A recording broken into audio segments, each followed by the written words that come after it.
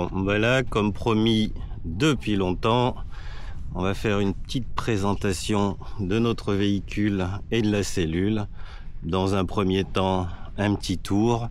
Donc il s'agit d'un porteur Toyota Hilux, le modèle légende je crois, en 2,8 litres, en boîte automatique, avec bien sûr tous les petits avantages mécaniques, blocage du pont, etc. On reviendra en détail dessus. Donc avec quelques petites modifications qui ont été faites. Un premier tour du porteur, la cellule Trip & Fish qui est posée sur un plateau conçu exprès. Vous remarquez que la société Trip & Fish peint la cellule à la couleur du porteur, ce qui donne un ensemble très homogène. Bon, là elle est présentée en 3 relevés, vous l'avez vu à de nombreuses reprises, avec le toit baissé également. On fera peut-être un petit topo à la fin. Voici déjà le premier tour vite fait, et nous allons ensuite détailler l'ensemble des éléments. Notre cuisine extérieure, hein, qui est extrêmement pratique. Donc nous sommes partis sur du tout électrique. Voilà, donc dans un premier temps, on a notre plaque induction. Donc là, on a mis ce petit support. Ça permet, quand on n'est pas tout à fait droit, d'éviter que les casseroles bougent. Voilà. Donc ici, la plaque électrique. Ici, nous avons un petit support avec une planche à saucisson qui permet de faire quelques petits apéros et de poser aussi tout ce qu'on a besoin pour cuisiner. Alors, dans ce compartiment, c'est mon propre rangement. Donc, j'ai mis tout ce qui était casserole, poêle. On a quand même pris un support à gaz qui est, je sais plus comment ça s'appelle, où je peux poser donc mon four Omnia. Ici, dans ce compartiment, donc, on a créé quelques petits supports que vous voyez ici, qui me permet de positionner mes louches, mon fouet. Donc, c'est fait avec l'imprimante 3D. Puis ici, je mets nos assiettes vue du monde. Voilà. Un support pour justement me permettre de me cacher d'éviter qu'il y ait le vent qui va sur la plaque de cuisson. Voilà. Et ici, donc, je mets donc tout ce qui est épices, le sel. Donc c'est pareil, tout ça fait avec l'imprimante 3D, personnalisée. Voilà, des petits pots de yaourt, les pots pareil, qui permet d'éviter de casser ou de percer les paquets. Donc j'ai du riz, j'ai du pâte, j'ai des sucres, enfin tout ce dont on a besoin. Voilà, le café également, très propre. Avec l'imprimante 3D, on a aussi créé des petits saladiers qui nous servent bien.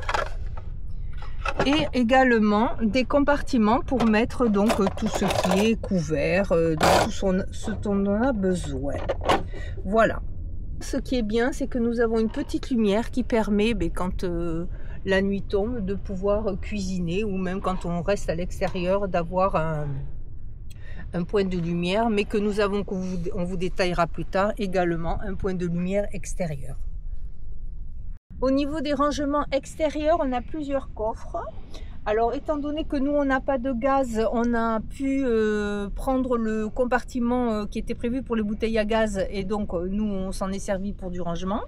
Alors, on en a un au-dessus de la porte. Au-dessous. On en a un au-dessous de la porte. Donc, là, on fait des rangements, on met tout ce qui est les piquets. Bon, voilà, après, chacun range selon leurs besoins. Ensuite, ici, on vous détaillera après, on a un coffre. Je le fais ? Oui, vas-y. On a un coffre qui nous permet de ranger notre table, nos chaises. On a un petit barbecue, la pelle, nos produits pour se laver, de douche, les produits d'entretien. Voilà, bon, après tout ce qu'on a besoin. Également ici, on a fait un étendoir qui est bien pratique. Ça permet donc de faire sécher notre linge. Et également à l'intérieur de la douche. Donc ici se trouve la douche. Je vais vous montrer. Voilà, la douche qui se déplie. Donc bien sûr avec ici, donc dans ce coffre, nous avons rangé tout ce qui est nos toilettes sèches, les seaux, etc. Et donc nous avons également notre, je vais le trouver, notre douche. Ah, mais j'ai pas... Alors, il fallait que je défasse les plaques de désensablement qui nous... Bon, elles sont pas très propres parce qu'on est passé dans le sable, qui nous permettent support et de poser les affaires. Ici, donc très simple, je connecte la douche. Donc, je le passe ici. Donc, bien sûr, on a l'eau qui est chauffée, mais le plus, et qui n'est pas négligeable, nous avons ici... Oui, vas-y. Un petit conduit. Un petit conduit que l'on attache ici. Vous voyez, il y a une bouche.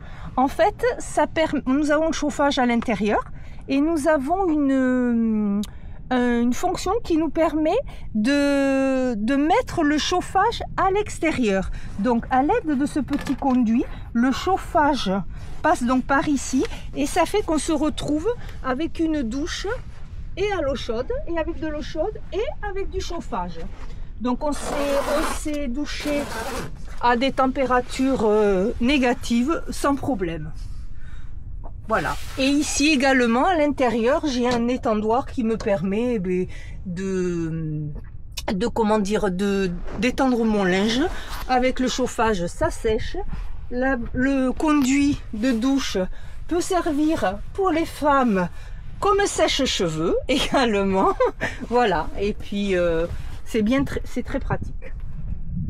Je vous remontre ce coffre. Donc c'est ici donc que l'on range donc le conduit de douche et nous avons, je vous montre ce qui est super. En fait, on a une pompe de rivière. Donc ici, je branche ce tuyau à la place de mon tuyau de douche. J'inverse ma pompe, donc je le mets en... Voilà, hop, tout simplement. Voilà, je fais comme ça. Alors, nous sommes au Maroc actuellement. On se met dans un oued. Bon, il n'y a pas trop d'eau en ce moment, mais ça nous est arrivé de pomper de l'eau dans un oued ou dans une fontaine d'un village. Il n'y a aucun problème. Et donc ici, on a un bouton marche-arrêt. Voilà, et ça nous remplit notre réservoir d'eau. Alors c'est un réservoir de 80 litres qui nous permet de tenir... en faisant attention, on tient bien 4 jours entre les douches et la vaisselle. Voilà. Donc ça, c'est méga pratique. Alors après, en ce qui concerne l'eau, évidemment, quand on pompe l'eau, on n'est pas certain qu'elle soit potable. Donc évidemment, nous avons... Alors si l'eau est vraiment très sale, on a un système de filtration directement sur la pompe de rivière. Et après, on a un traitement de l'eau par UV classique. Je crois que c'est la marque Uvoji, mais je le mettrai en commentaire, la marque du système de traitement de l'eau. Et pour finir, quand on veut boire, finalement, à la fin, on met ça dans une gourde Oco qui nous permet de faire une troisième et dernière filtration pour être certain d'avoir de l'eau potable, quelle que soit la source que nous avons utilisée. Et ensuite, quelque chose de pratique, voilà, que je connecte à mon... Ah, des minces. Voilà, donc mon petit robinet extérieur, voilà. Et ça permet donc d'avoir le robinet, l'eau extérieure, pour toute utilisation. On en a un autre ici. Donc là, nous avons nos batteries. 2 fois 200 ampères. Voilà. Alors pourquoi 2? C'est au cas où une tombe en panne, il nous en reste au moins une. Voilà. Donc elles sont branchées en parallèle et ça nous donne donc une autonomie largement suffisante pour notre induction avec 400 ampères-heure. Ce que l'on aperçoit au fond ici, je ne sais pas si vous le voyez un petit peu en orange, bon, il y a un disjoncteur et au fond il y a un convertisseur de 1000 watts qui nous permet de faire marcher les plaques à induction. On a l'eau, réservoir d'eau, ça nous permet donc, ou si on n'utilise pas la pompe de rivière hein, par exemple, on peut carrément mettre notre tuyau d'arrosage. Donc ça nous arrive régulièrement dans les stations-service. Les gens sont quand même très sympas et nous donnent de l'eau sans problème. Voilà. Donc là, le réservoir d'essence. Et ici, quand on se pose dans un endroit où on peut avoir de l'électricité, eh bien, nous avons la prise qui nous permet de nous brancher aux 220 volts.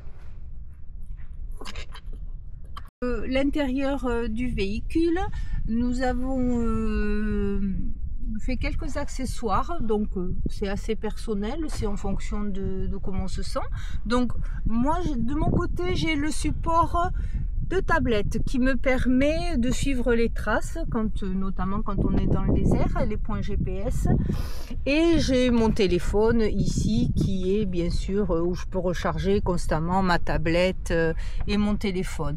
Et côté conducteur également, on a un support téléphone. On en a également un ici qui nous permet la musique, la navigation également. Sur voilà. l'écran CarPlay. Sur l'écran, voilà. Et donc si on se perd, c'est que vraiment, on est vraiment mauvais. Voilà. Ici, donc c'est un rétroviseur caméra. Avec une petite caméra à l'arrière, je mettrai la photo en incrustation de la caméra qui est branchée sous le coffre et qui me permet d'avoir une vue rétroviseur comme un véhicule normal, ce qui est très pratique pour reculer puis pour voir ce qu'il y a derrière moi. Dans la cabine, c'est un extra cab, donc ça nous permet de mettre tout un tas de bazar. Alors selon les destinations, nous pouvons mettre aussi nos 2 petits vélos électriques pliants. Et puis la nature ayant horreur du vide, quand on met pas les vélos, et ben on met tout un tas de bazar, la plupart inutiles, mais voilà, ça peut servir de temps en temps. La petite place pour la caisse à outils, très utile. Dessous, vous avez les tuyaux qui nous permettent de se brancher sur le compresseur et tout un tas de petites choses utiles. Toujours dans les aménagements qui sont proposés par Trip and Fish. Alors, je vais pas l'ouvrir parce que j'ai une méga flemme, mais on a un auvent qu'on déroule et qui nous permet de vraiment nous protéger. Je mettrai sans doute en incrustation une photo de quand on l'a installé sur certains bivouacs. Extrêmement pratique. Pour rentrer dans la cellule, on ouvre porte type papillon. Extrêmement pratique.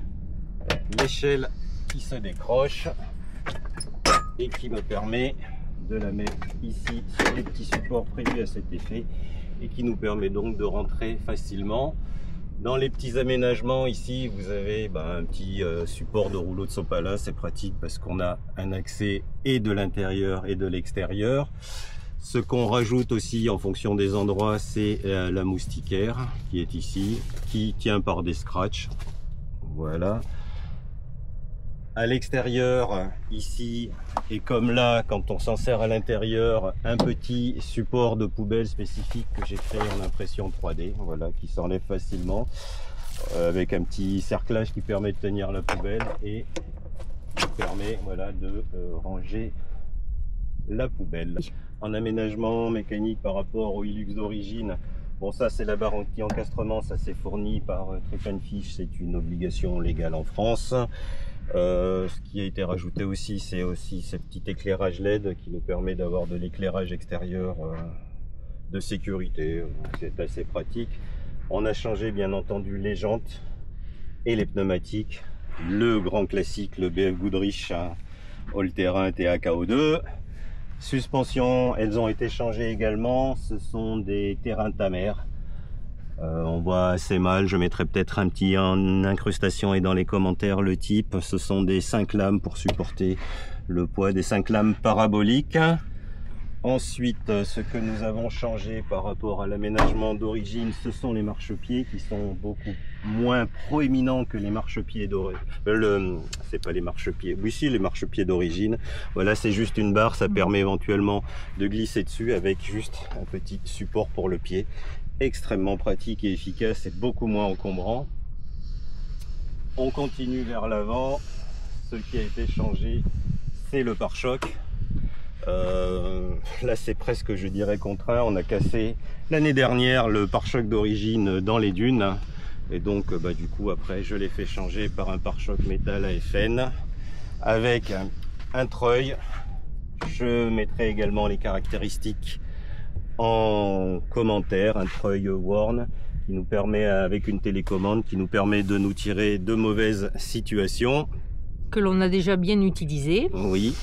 En dessous, alors en se penchant bien en bas, il y a bien entendu tout un tas de protections sous châssis que j'ai déjà détaillées d'ailleurs, me semble-t-il. On pourra vous mettre la description et puis des photos un petit peu plus détaillées en incrustation. Un éclairage additionnel. Il faut savoir que c'est un des inconvénients majeurs, je dirais, du Hilux de base, c'est que son éclairage est très mauvais. Alors nous avons choisi de les mettre dans la calandre. Bon, ça, certains disent que c'est pas très bon parce que du coup il y a moins d'aération du moteur qui risque de chauffer. Nous, dans notre rythme pépère tel qu'on le fait, on fait pas de la compétition, on n'est jamais à fond, on n'a jamais eu de surchauffe. Et sinon l'autre solution, ça serait de mettre une barre de LED ici au-dessus du toit. Mais vous avez remarqué que le pare-brise est assez incliné et les reflets de la barre LED sur le pare-brise sont, en tout cas pour moi, rédhibitoires, surtout en temps de pluie. Donc voilà, la solution a été de les mettre devant dans la calandre. Alors sous le châssis, vous voyez les plaques de protection qui ont été rajoutées, qui nous ont été fort utiles. Je vois qu'elles sont un peu, je ne sais pas si vous le verrez en détail, mais elles sont bien touchées. Voilà. Et puis, ce que je n'ai pas dit aussi, voilà, c'est ici, nous y sommes. Nous avons changé le réservoir d'origine qui était de 80 litres par un réservoir de 127 litres qui nous permet d'avoir une autonomie de pratiquement 1000 km. Toujours dans les petits aménagements mécaniques, donc je vais ouvrir le capot ici pour montrer 2-3 bricoles à rajouter. Alors, elle est où la manette? Voilà. Et voilà. Le moteur classique de L8 increvable, une référence en ce qui concerne les véhicules, je dirais, d'aventure et les véhicules 4x4 en général. Les ajouts, ça a été donc le compresseur qui est ici en bleu, que vous voyez, voilà, ici le compresseur. Avec ce qu'il y a de pratique aussi, une mise en marche depuis l'intérieur de l'habitacle et puis la prise de connexion qui se trouve là dans le pare-choc. Ça me permet de ne pas ouvrir le capot quand je veux gonfler les pneus, extrêmement pratique. Et puis rajouter également ici, obligatoire pour pas mal de pays, le filtre à gasoil. Qui nous a bien servi d'ailleurs. On a fait quelques fois le plein au bidon perdu au fin fond du désert et on a remarqué que il y avait pas mal de cochonneries, pas mal de sable, etc. Donc ça permet d'éviter d'encrasser le filtre standard et puis de temps en temps on le nettoie, c'est bien pratique. Pas forcément très utile, mais qu'on a rajouté, c'est si on a un séjour, je dirais, un peu prolongé dans l'eau, ça les sorties d'air boîte et pont qui sont déportées. Voilà, ça évite que de l'eau rentre polluer les boîtes et le pont. Ça, c'est à peu près tout ce qu'il y a côté moteur. Voilà, dernier aménagement assez utile. Le snorkel, très connu, prise d'air extérieur en hauteur. avec, alors selon les pays où on est, soit une tête cyclonique, soit une tête classique normale. Là, pour un peu mieux traiter la poussière, nous avons mis la tête cyclonique pour le Maroc. Dans les derniers aménagements que nous avons fait, côté pratique, alors je montre, c'est ici en haut, c'est notre antenne Starlink qui nous permet d'avoir internet partout dans le monde, à condition d'avoir un accès dégagé au ciel bien entendu, mais extrêmement pratique et très performant. Alors en fonction de si le toit est levé, je peux le mettre en position comme ça. Quand le toit est baissé, je peux la descendre et la verrouiller de manière à ce qu'elle soit toujours horizontale. Très pratique. Et puis bon, j'ai des supports de GoPro que j'ai mis ici qui me permet de filmer. J'en ai sur le capot devant et j'en ai sur le coffre arrière. Et puis pour terminer, posé par Trip & Fish, nous avons le panneau solaire de 125 watts qui nous permet de recharger comme aujourd'hui, un temps magnifique. Bon, à part qu'il est sale, là, il faudrait que je passe un petit coup de chiffon dessus parce que je pense qu'on perd en performance, que je ferai après le film. Ça prouve qu'il est utilisé, hein, c'est pas un tour qui est fait à la maison. On voit bien qu'on voyage et qu'on s'en sert.